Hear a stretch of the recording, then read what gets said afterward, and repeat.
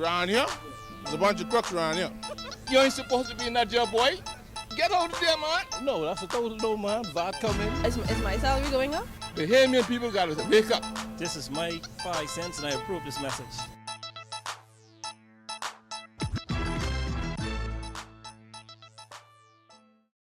BC's chairman accused of cherry picking. This is Jones Communications owes BC more than $100,000. Plus, capital works around the country halted because of a lack of money, and the Bahamas and U.S. officials team up for a new anti-crime initiative. We've got those stories and more coming up tonight. I'm Dana Smith, and MB12 starts right now.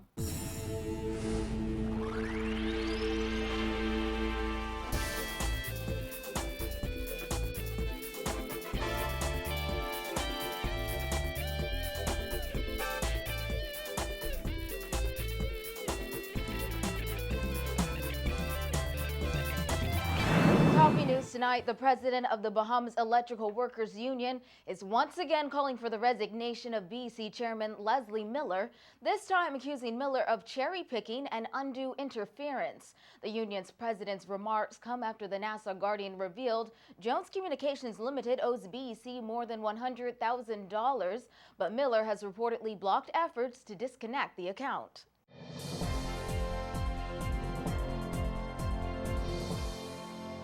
If the staff is allowed to do their job, BC will be fine. Who's supposed to be off will be off. It cannot be right, that we have FFL going on at BC, right, and it can't go anywhere else, all right? What about the mothers with young children who are home for the summer and their power is off? You know, who looks out for them? You know, who's looking out for them? Where do they get breaks from? Right. All right, I keep telling you all, I'm the real pot cake. I looking out for the small man. According to a BEC report, despite Jones Communications Limited owing $106,000, the corporation's managers would not take action to disconnect the account as of July 8th. This reportedly because the disconnection of Jones Communications supply back in May resulted in BC Executive Chairman Leslie Miller immediately instructing officials to reconnect the supply. According to the report, on May 20th, a BEC manager reported to a senior manager that he instructed an employee to carry out the disconnection of the supply per the receive disconnection list.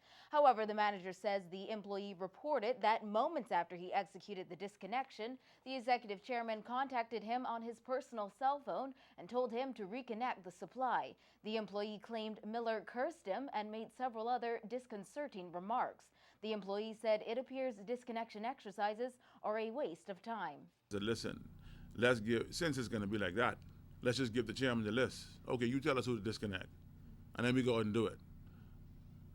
Right? It saves my membership from being cursed out and getting, having problems with that, and it saves me from getting the problems with him, right? Because I will not continue to tolerate his talking derogatory to the staff. I will not continue that. BC Chairman Leslie Miller could not be reached for comment up to airtime, and Deputy Prime Minister and Minister of Works Philip Brave Davis is out of the country and also could not be reached. For his part, Wendell Jones, head of Jones Communications Limited, said today it's nobody's business how much his company owes BC or if it has any payment arrangement in place. According to a disconnection notice, as of July 8th, Jones Communications Limited owed $106,007.57 collectively on its 3 accounts registered with BC. One account registered to Jones Communications Limited on East Street showed the company owed more than $92,000, while a second account registered as Jones Communications Limited on East Street owed the corporation nearly $12,000. In other news, the government has been forced to place several major capital works on hold due to a lack of funding. That's according to Deputy Prime Minister and Minister of Works Philip Brave Davis, who revealed it will take millions of dollars to complete the projects. Money, he says, the government is not prepared to spend at this time. Our Jasmine Brown has more in this report. Speaking candidly with our news team, Davis said those projects have been put on hold as the government seeks alternative funding that will not add to the national debt. There are some works that we have paused upon. It's a tactic that Davis says has led to the stalling of several major works projects. He adds that the majority of those paused projects were to be carried out in the Family Islands.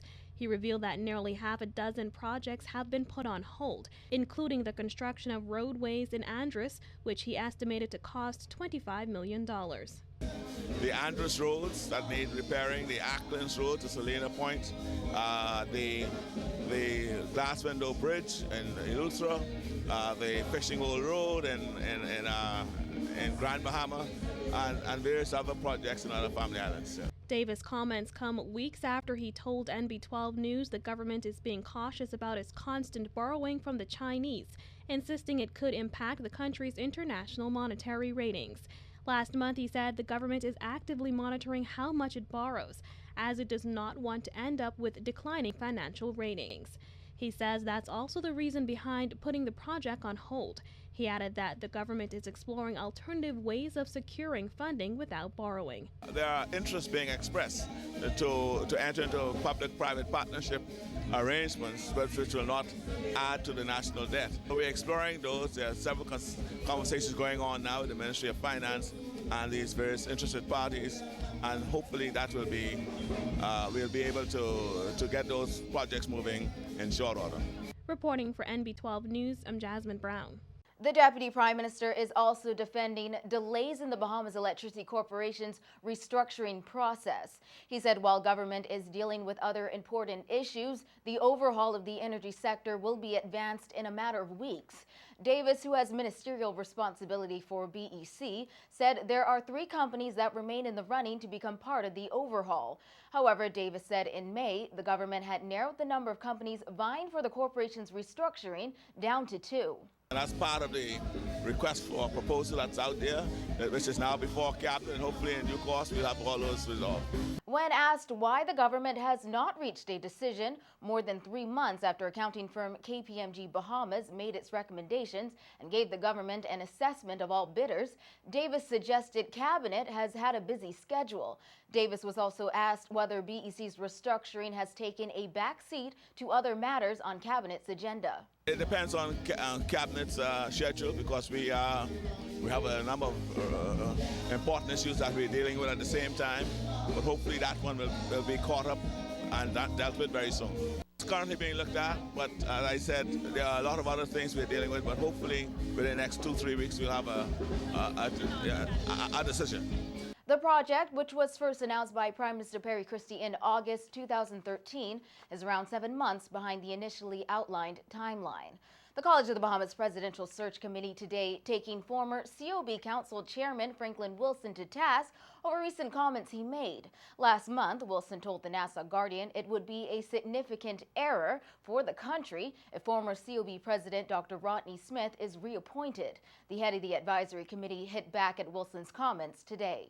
The Presidential Search Committee would like to take grave exception to the comments made by former College of the Bahamas Council Chairman, Mr. Franklin Wilson, which could be interpreted as questioning the competence of the persons comprising the Advisory Search Committee and the present College Council. Ruby Nottage, chairman of the COB Presidential Advisory Search Committee, said the search for a new president was open to public scrutiny, fair, and transparent. She said Wilson's comments appear to be impugning the basis of the search process. She said Wilson had the opportunity, just like everyone else, to participate and noted this is the first time such an open presidential search process was engaged. This is the first time that such an open and participatory process has been engaged in the search for a president of the college.